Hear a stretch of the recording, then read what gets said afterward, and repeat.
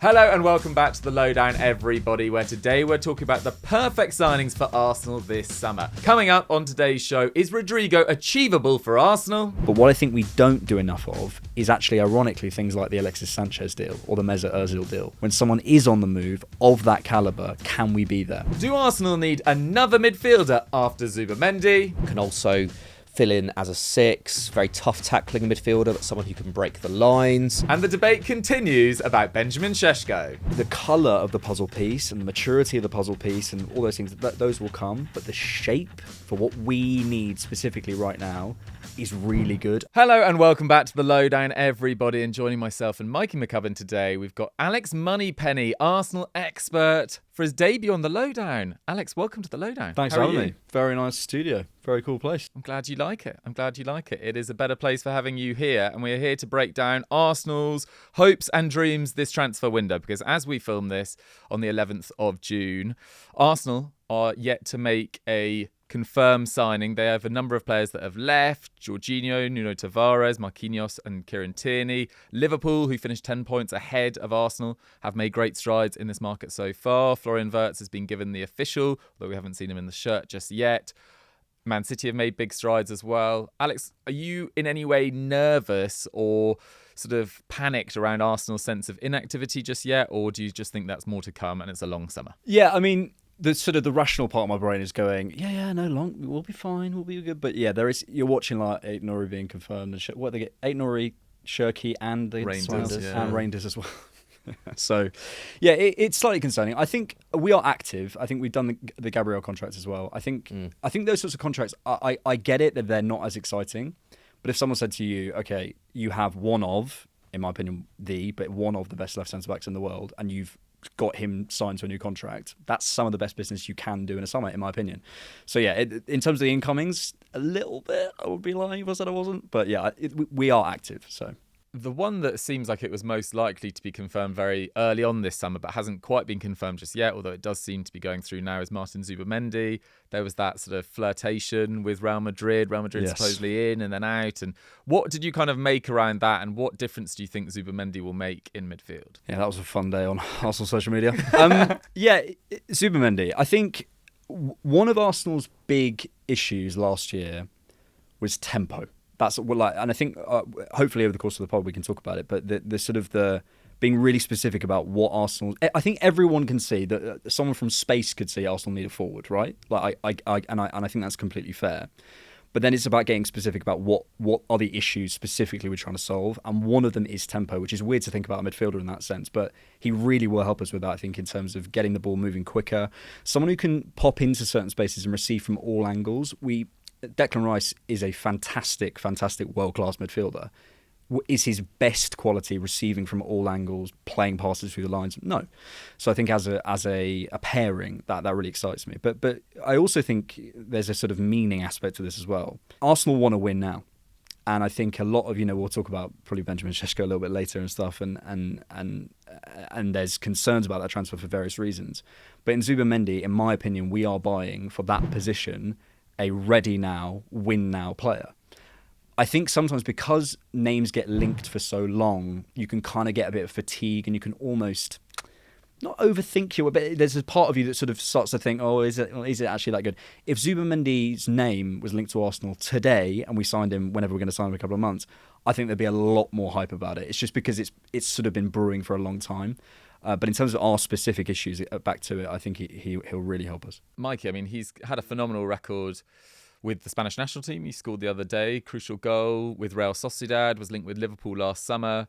What impact do you think he'll have at Arsenal from your perspective? And do you think that they need to sign another midfielder this summer, or do you think he's enough? Yeah, potentially. I think, I completely agree. That was one of the main criticisms, right, last season. Arsenal, as soon as they won possession, they weren't as quick as they used to be.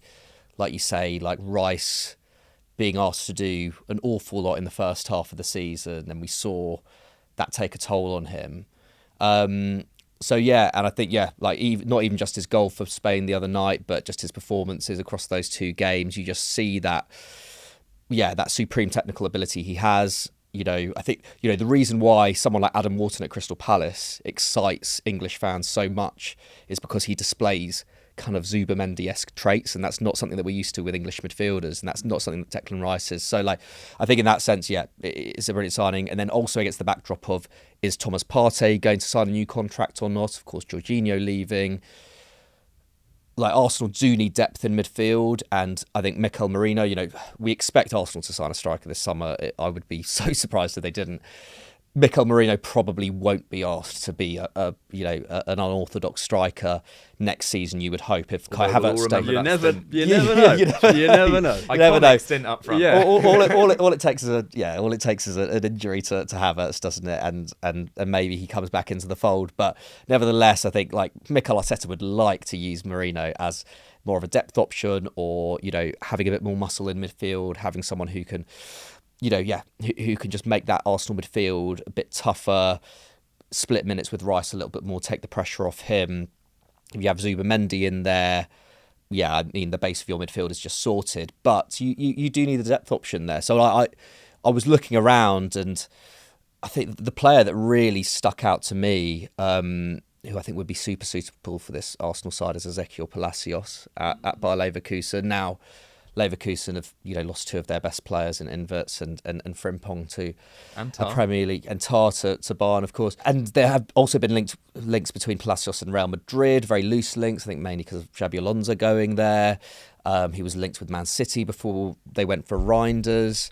But I just think someone like that, who kind of has a bit of everything, someone who kind of displays a lot of the qualities of someone like Merino, but can also fill in as a 6, very tough tackling midfielder, but someone who can break the lines. This season, he got 6 assists in, I think, just over 1,100 Bundesliga minutes, like really, really impressive. And I think 3 of those assists came from through balls. And I was looking into it, I think KDB only managed that, or only topped 3 assists from through balls once in his Premier League career.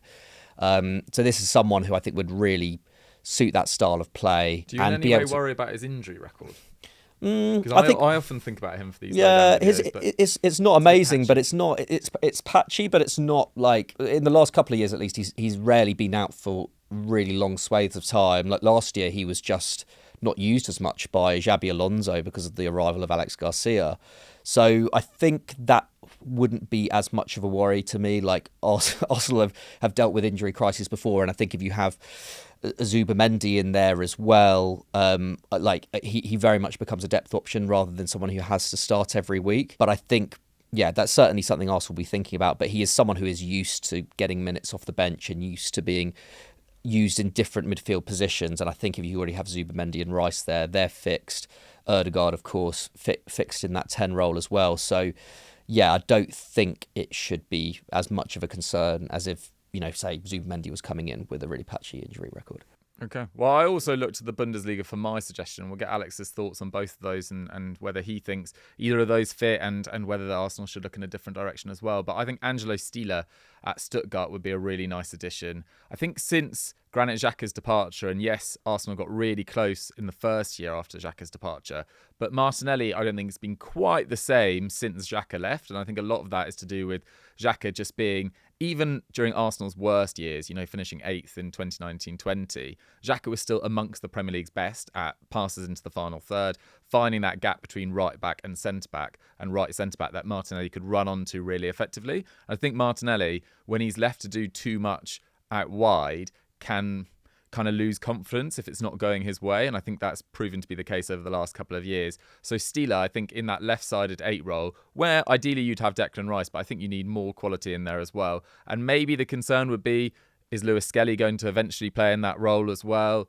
But I do think Arsenal should look beyond Thomas Partey and Jorginho this summer. It feels like a great opportunity too. Ultimately, with the the incomings at wing and potentially up front as well, maybe they won't have the money, but it does feel like a really good opportunity to refresh that midfield. And Stiller has been amazing since joining Stuttgart. He came through the Bayern Academy, never really got a look in there, then went to Hoffenheim. Again, kind of struggled for minutes, but joined Stuttgart. And in his first year, plays nearly every game. They finished second.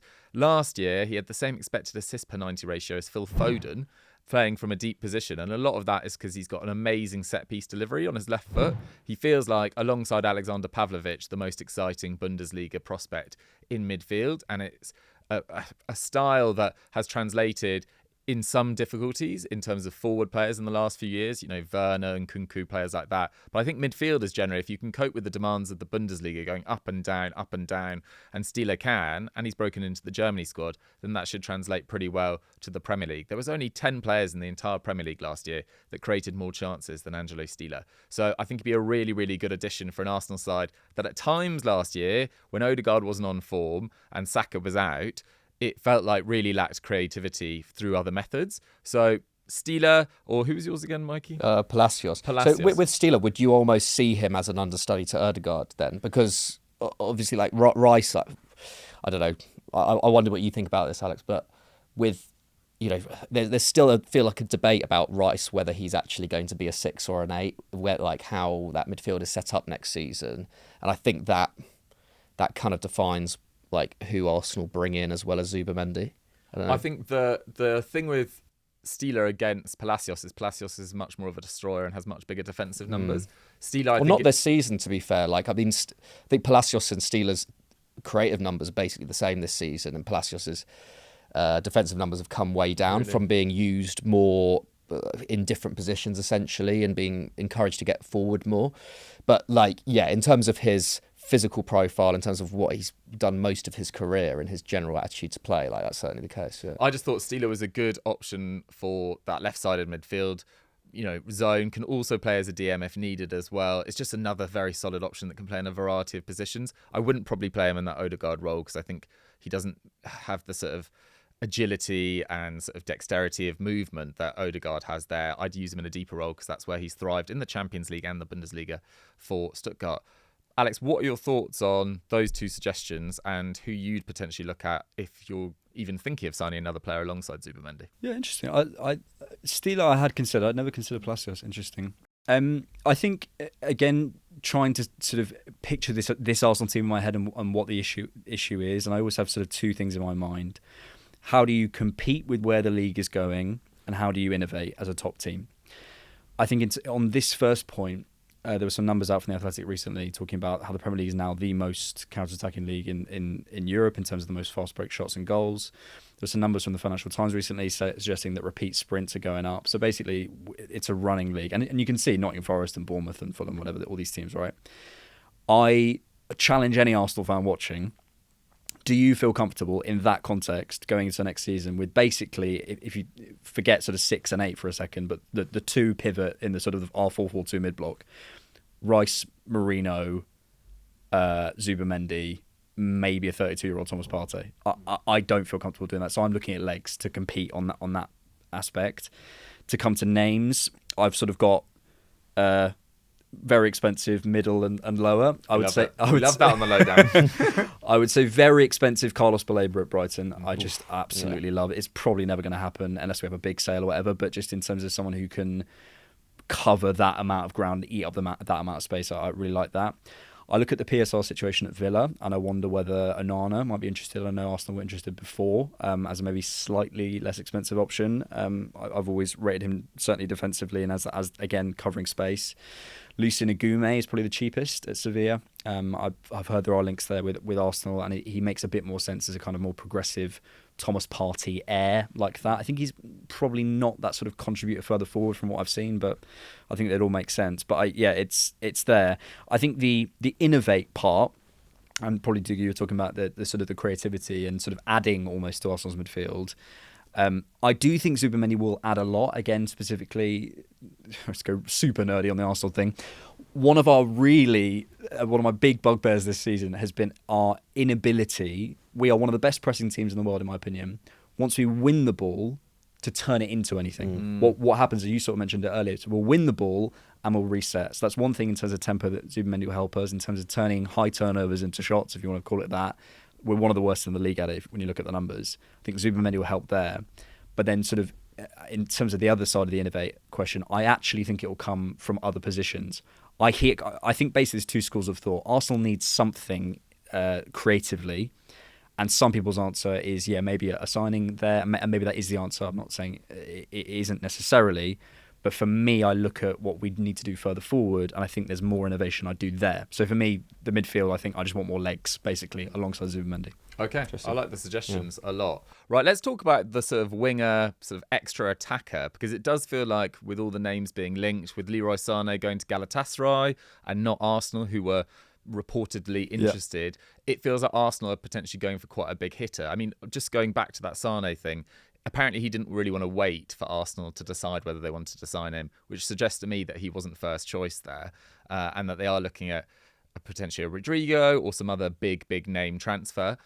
Where are you at in terms of who you'd most want to see? And again, I suppose you very beautifully put whether it was realistic as well. Do you feel like Rodrygo is a realistic option now?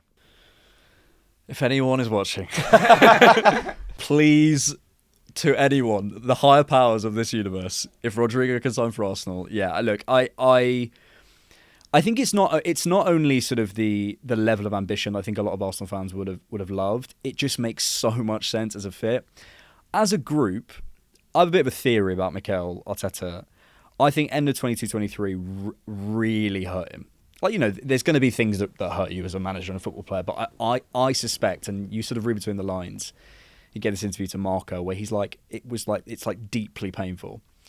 And so I think basically since then he's been trying for that never to happen again, for your best players to never fall out. So he's packed the squad with these big space, big dual winners, Declan Rice, Kai Havertz, Mikel Merino, Calafiori, Jurriën Timber, all these guys, right? And I think we've just slightly overcorrected. And I think we miss a little bit of basically players who can do anything with it. Those people who look like they sleep with a football. Yeah. Those guys, I think we missed that. Someone who can do anything they want with a football is desperately what Arsenal need this summer. And I think people can sort of feel that. I think that's why, Arsenal look at Shirky and they go, oh, why can't we get that? We'd love that. So from that perspective, I think from an ambition perspective in terms of something, I think Arsenal... Look, we have to accept as Arsenal fans, we are locked out of the Mbappe, level conversations. We are. Unfortunately, we're not going to get Mbappe, right? If Real Madrid or Barcelona or whoever, whatever's going to happen there. But what I think we don't do enough of is actually, ironically, things like the Alexis Sanchez deal or the Mesut Ozil deal. When someone is on the move of that caliber, can we be there? And I would love us to do more and more and more of that. And I think we've kind of locked ourselves out of that conversation. If we want to get to that elite level, which I do, we have to be there for these conversations. And finally, he's 24. He fits the profile. I think he'd be right. We have a gap on the left-hand side, I think, as you mentioned earlier. I think there's conversations about how Martinelli functions.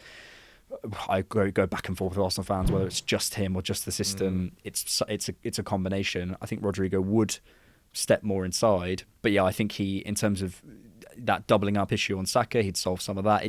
It makes sense in so many aspects. And finally, if the hinge point is him playing on the left, which is what is being reported, when you look at where Vinny plays, when you look at where Mbappe plays, when you look at even where Bellingham plays, when he's stepping forward, it tends to be to the left.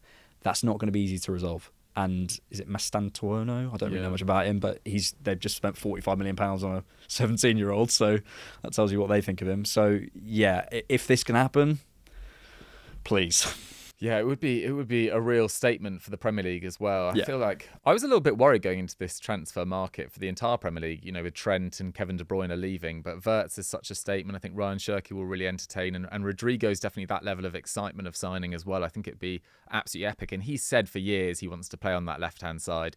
And if Saka is injured, like parts of last season, who better to put on the right than Rodrygo, who has really delivered in the Champions League, in particular, over the last few seasons? Yeah, massive, big game player. And also, it also opens up, and I know, he even, through necessity, played Martinelli on the right last year, and I felt, actually, that kind of almost helped revive Martinelli's form a little bit, just him playing in a different position for a bit, and, it also gives Arteta the option, if mid-game or if for a certain particular tactical setup he wanted to, he could play Rodrygo on the right and even experiment with Saka back on the left, where he hasn't been really for 4 or 5 years now. But it gives you that as well. And I think the other advantage with Rodrygo is that he is by far the most defensively active member of that Madrid forward line as well, and that just that obviously fits Arteta's style.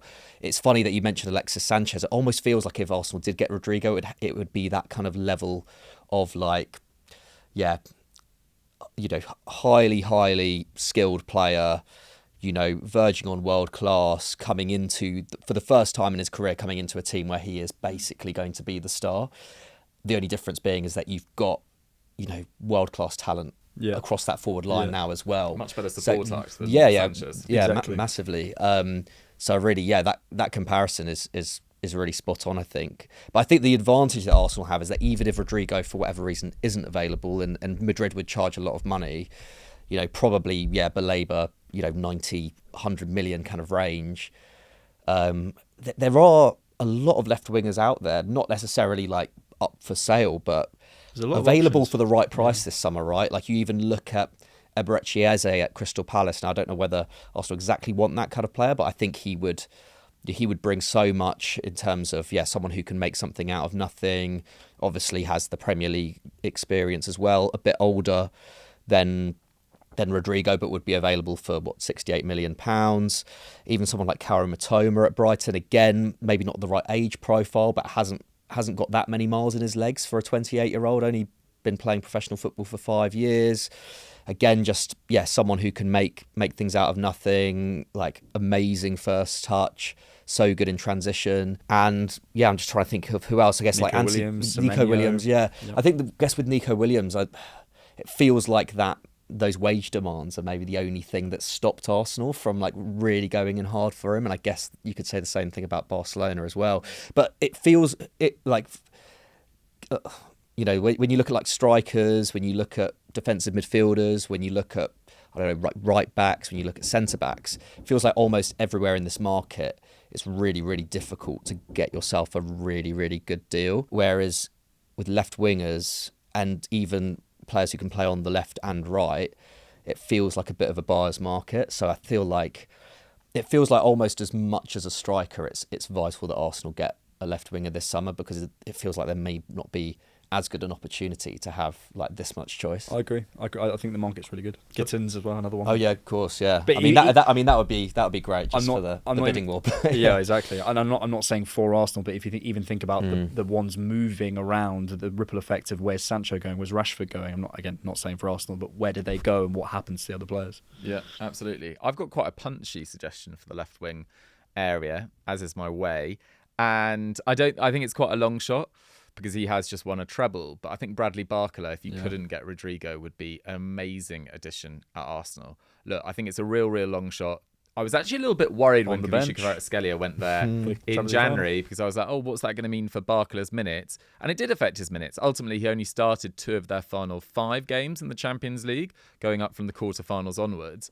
But he still, particularly in that first half of the season, proved, and even in patches off the bench, etc., just proved what an exceptional talent this guy is. His ability to move on both sides at high pace. He's just like, he's a better version that we ever saw from Martinelli, if I'm totally honest, in terms of an all-round technical package. I think he's absolutely exceptional, and scored in some big games in Ligue 1 last year, and translated that to the Champions League as well. I think he got 7 goals and assists in the Champions League, but scored, I think, 3 goals in 2 games against Rennes. He scored against Lille, Marseille. He scored against Strasbourg twice. So all the biggest games in Ligue 1. And look, PSG were by far the best side last year in Ligue 1. But it was often Barcola that was making a decisive difference in those games. In terms of whether Arsenal could get him, I think it's going to be very difficult to persuade a Frenchman to go out of the best team in France, who have come off, winning the Champions League a year out from the World Cup. But he's supposedly Bayern Munich's top target. And Leroy Sané's obviously just left Bayern. The future of Kingsley Coman's uncertain. The future of Serge Gnabry's uncertain. And given the way that Kingsley Coman elevated his game at Bayern Munich and became never really accepted amongst the truly greats of the game, but his CV rivals anyone in world football, maybe Barcola sees Bayern Munich as a great next step for him as well, playing alongside his countryman Michael Olise on the other side. But if you're thinking of going to Bayern Munich right now, I think you're also considering Arsenal. If Arsenal bid 80, 90 million pounds on Bradley Barcola, which, given his age, his CV already, the performances last season, and his potential, doesn't feel like a crazy investment. And actually, in terms of who had the better year last year between Rodrygo and Barcola, it was Barcola. by a distance. In terms of pretty much every single metric, in terms of his shots on target, his shot on target percentage, his expected assists as well. Rodrygo actually had a really quiet year. Now, what you get from Rodrygo that you don't necessarily get from Barcola is I think you get someone that more naturally fits into Arteta's way of playing in terms of his work rate. Rodrygo has effectively been happy to do the dog work, or not happy, but willing to do the dog work for the team for so long. And he's a more natural progressor of the ball from deep, whereas Barcola feels like much more of a last line attacker. But if you could get Bradley Barcola, I think that's a really, really enticing option. But I think he'll be almost as expensive / even more than Rodrygo. So I'd probably still go Rodrygo. What would you think about Barcola? I really like that as an option. He's a player. I love him because he wants to embarrass you. He Yeah. wants to embarrass you, and I think we need that. And you sort of mentioned it there. The sort of maybe the defensive contribution or whatever. Leao isn't my pick. I objectively, as Alex, the football fan, love watching Leao, but he's not my pick for Arsenal. But there is this thing among fans. Oh, the out of possession work. The out of possession work. Well, hang on. We are one of, if not the best out of possession team in the world. What do we really need? We need someone who's got a bit of Roy Keane, bit of personality, a bit of personality, a bit of character. Love the accent, by the way. That was spot on. But yeah, like a bit of personality, a bit of someone who can show people who they are and express themselves through their football. And I think with Martinelli, people make the joke he sort of lost his Brazilian passport. There's a reason the joke sticks. It's like it feels like he's playing within himself. I do hear when people say he's not being supported by the system. He's right out on that touchline being asked to come inside. He's not being supported. I get that. But then people say, well, if we get him inside, we get him a fullback, we do all these things. Okay, but you can theoretically platform anyone. You could theoretically put me up front. Who's worth putting inside and giving all those touches to? Rodrygo, for me. I get it for sure. Guys, let us know in the comments who'd your ideal winger be. Rodrygo, Barcola, someone else, let us know. Now, let's get on to the striker situation. Now, we've left this till the sort of second half of the show because me and Mikey have discussed this endlessly on the Lowdown over the last few months, really. It feels like we're talking about strikers a lot.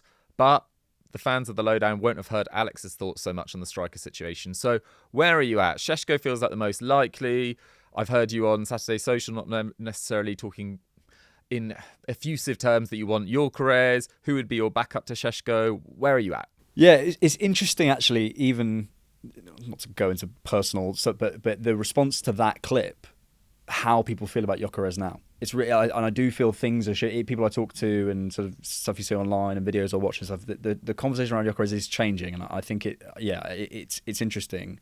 The thing with Sesko, and the reason I really like him, I think you sort of touched on it, that the striker market.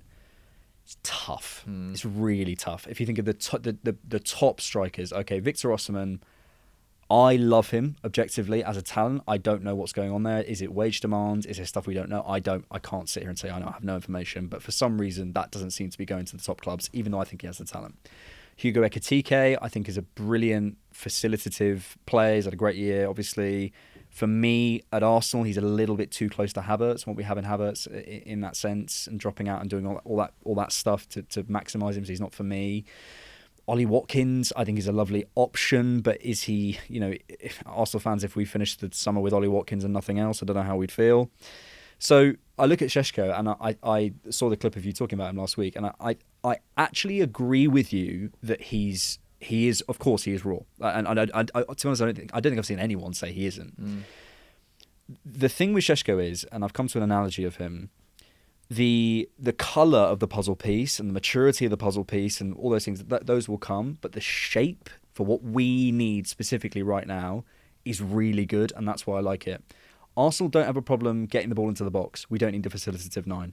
Arsenal don't have a problem taking too many shots. We take way too few shots, whatever.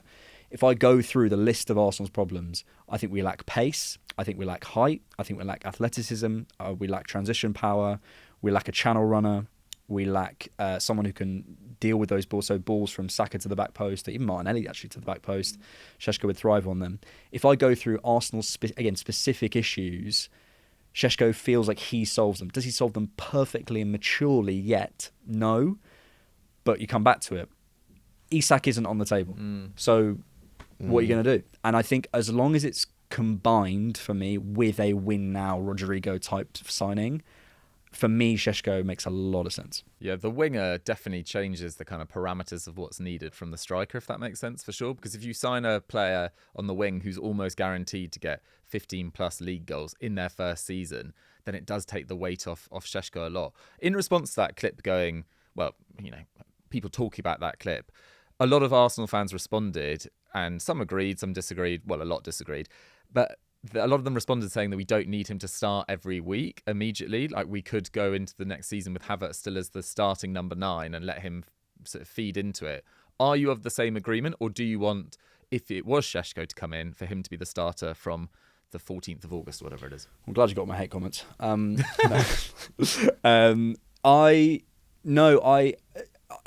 don't know, to be honest. I think the feeling, the latest from James McNicholas, who's our guy at The Athletic, is that the club are like pretty okay with Havertz potentially starting the season, certainly.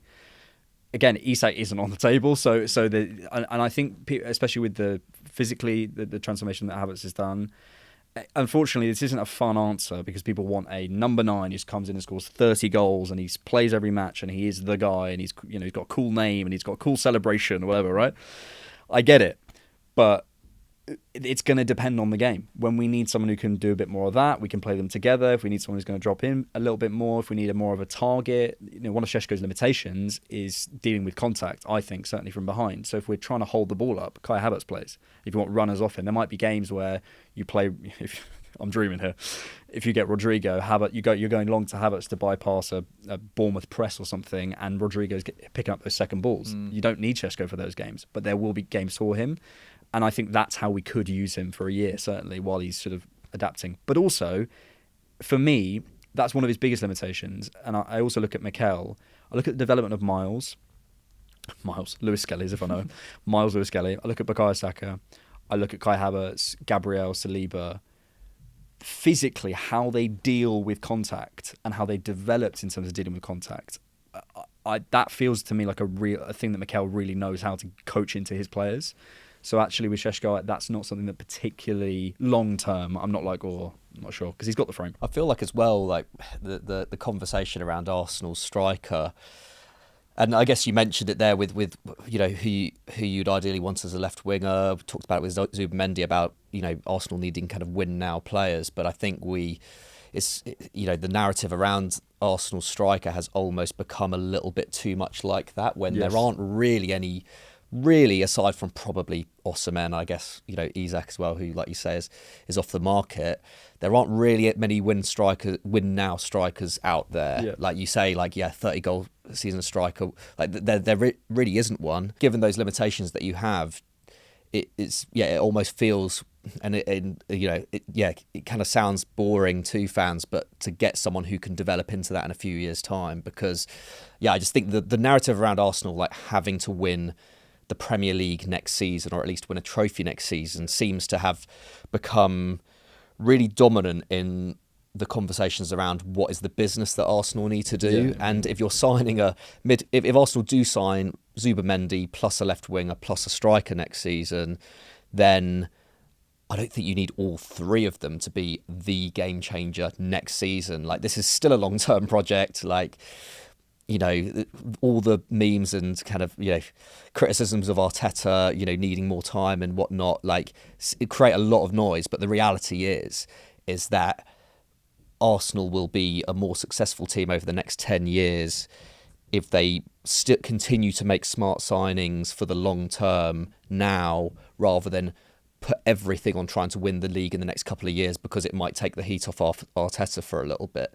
Like, if you can deliver even one Premier League title in the next 3 years off the back of signings that you make this summer, then that is building towards a dynasty, because this squad is still relatively young compared to most of the other top teams, or both in the Premier League and Europe. So I feel like that's where the thinking around Sesko makes so much sense compared to other strikers on the market, just because he's so much younger. And has so much more ability. The thing that interests me most about the Premier League and the title contenders next year, and I think most people, I've heard James Alcott when I was on his podcast trying to get Newcastle in the conversation. I personally don't want to go there just yet, and I don't think that's just Sunderland bias. Yeah, I was about to say. I just don't think they're quite there unless they have a crazy summer. But Liverpool, City, Arsenal, I don't really remember a summer where it feels like all three of them are signing so many players that are going to start. Yeah. Like Liverpool have 2 brand new fullbacks. They'll have a brand new left winger /10 invert. Arsenal, it feels like they'll potentially have 3 new starters in their first 11. Man City could be as much as sort of 4 by the sounds of things. That is so much change in one summer, and how they instantly adapt, I think, is going to have a big telling on who can rack up the biggest amount of points early doors. Like Liverpool hit the front in October, November time last year, didn't take a backward step. And this amount of change at the club could impact their ability to start well. Same with Arsenal. Like, there's so many unknowns going into next season, which is why I think this transfer window feels so decisive, because everyone's signing starters. Everyone really is. So that's my concern with Sesko, in that it's also helped by the fact that Havertz will be back fully fit, and there'll be potentially a real superstar winger, which takes the pressure off. But I just have my concerns that he's not going to be ready to make decisive big differences in the Premier League just yet. But who knows? But then again, that's like viewing it through the prism of next season, right? And in 2-3 years' time, like I agree, like what Man City are doing at the moment looks really exciting, but you don't know where they're going to be in 3 years' time in terms of who's going to be the manager, in terms of how they replace other stars who will be aging out in the next few years as well. With Liverpool, I think Liverpool are the scariest proposition, just because they're coming into this summer off the back of winning the league already. And I think just the Wirtz factor is just, it's hard not to get incredibly scared by that. On that, because that broke last night. I'm not trying to put you on the spot. How do you feel about that fee for Wirtz? It's huge. But then I don't think there was, I think I tweeted this last night, I don't think there was that many gettable players this summer that I'd rather spend that amount of money on than Florian Wirtz. I feel like he's even more of a guarantee than a Rodrygo. For me, I feel like he is at the moment like a top 10 to 15 player in the world right now, and he can play in such a variety of positions for them. And I think they have kind of needed someone that can take the pressure off Szoboszlai, start ahead of him, and be that long-term fix on the left wing if he was needed there as well. But look, it's absolutely vast. But then I think in the last few years, when you've seen the amount of money spent on Rice, Caicedo and Enzo Fernandez, and all three, I think, have kind of grown into their fees. I mean, Rice has never really taken a backward step, but Caicedo and Enzo Fernandez have, I think, maybe not totally justified it yet, but shown why clubs were prepared to spend that much on them. And I don't hate, that's a very strong word. But for me, a defensive midfielder / a midfielder, you shouldn't be spending that amount of money on. There's just not enough upturn in terms of the amount you could get for 80, 70 million. Whereas Wirtz feels like such a difference maker in the final third. Goals, assists, creativity, dribbling, the way he can make a whole team tick, that I think it is probably justifiable right now. But he will be under pressure, Mikey. Yeah, for sure. I think from a Liverpool perspective, I just look at what they've done in the last few years and the targets they've missed out on the last few years. Tchouameni, they were willing to pay up to 70-80 million pounds for in 2022. Bellingham. He went to Real Madrid. Caicedo in particular. Caicedo, they were willing to pay 110 million pounds for, and he went to Chelsea. So given that, and given the fact that Liverpool fans, and I think the club, seem to be pretty relaxed about Gravenberch being the number 6, the starting number 6, and the low fee that they got him for, and the wonders that Arne Slot has worked with him, it almost feels like they're thinking as well, that position we no longer need to spend that kind of money on. And of course, Alexis McAllister they got for a bargain fee now, and he's now valued at up to 100 million pounds as a midfielder. Like they've sorted the midfield on a budget, and I would still suggest that they do sign another defensive midfielder this summer, but they don't need to spend a huge amount of money on them. It feels like they've just reallocated that budget to being who's going to be producing numbers at Salah's level when Salah leaves in 2 or 3 years' time, or when he starts to slow down potentially. That feels like what the Wirtz move is, and also just the fact that it means as well, even though it feels a bit cynical, the fact that it means that it closes the door on him ever going to Man City now. That's they've convinced him over that, and that whether that gives them any psychological advantage, but at least that means that that they're going to have one of the top talents in world football for at least another 5-6 years now. That also feels worth it. But again, that's not to say that he's going to single-handedly win them the Premier League next year. Yeah, it suggests to me that they're going for everything, that they see a real big opportunity to go back-to-back in the Premier League for the first time ever in the Premier League era and go for the Champions League next year as well. That's what that statement of intent means for me, at least. Let's go back to Arsenal's business and talk about a couple of other positions in a second, but just thoughts on Kepa arriving as the backup goalkeeper. There was a lot of people kind of taking the mickey out of that. I don't really understand why, because it's the backup goalkeeper and he's a step up on Neto. I think it's the what we've done. Kepa, Sterling last summer, Havertz the summer before, Jorginho the year before. So it's whatever. I don't care, but I think that's what people say. I think so. Not much to say about it. To be fair, I think the one thing I will say is like it's kind of that perfect thing where it's. I think Raya's needed a push, but I've always been cautious. There was talk about Joan Garcia, and I've always been cautious like. We do not unsettle it. Yeah. Like, there's a nice push and there's too much of a push. Yeah. I think it's the perfect level where he's I'm not saying this is a quality level, but he's still the world's most expensive goalkeeper. Yeah. He's pretty good. Easy to forget that. And he's on what was that 5 million, and supposedly it took a wage cut to be there. So I'm a big fan of it. I think it's a good move. Did well at Real Madrid the year before last. I thought it was very solid for Bournemouth last year. Kind of went under the radar. Also adds to the Basque camp there. And he's not cup tied as Neto was. No. So that's a benefit. Oh gosh, that Girona game. Was it Girona that Neto played in? And made that crazy run. God, that was nuts. Other positions quickly before we wrap up. We've talked about him briefly in different conversations. Lewis-Skelly. Do you see? And we maybe should have mentioned this in the midfield part. Do you think that Lewis-Skelly being an actual midfielder kind of negates the need to get in a Zubimendi +1, or do you still think next year he'll be left back? Yeah, this triggers my fight in my brain between players aren't positions and but you have to put them in a position thing, which that's a kind of perennial fight in my brain. I think like on that side, I think with Miles, his best quality, the best thing he does is break lines. So where do I want? I want as far forward as possible. So there's a part of me that goes, get him in the midfield, like get him in there. But equally, when I'm watching someone who I think was dribbled past, I think I'm correct in the numbers, 0.07 per 90 last season. Almost Van Dijk numbers, that, isn't it? Yeah. I think it might have been once. Then I find it very hard to justify moving him. I mean, maybe talk about the left back more generally. I think what people want. And Calafiori's in there as well, and that's an interesting thing to resolve because I think his best position centrally, so I don't know how that works with Gabriel. But I think people, especially if we sign Rodrygo, because he is going to be jumping into those sort of central areas like left half space and stuff, we're going to need that run, otherwise it gets locked down on that side.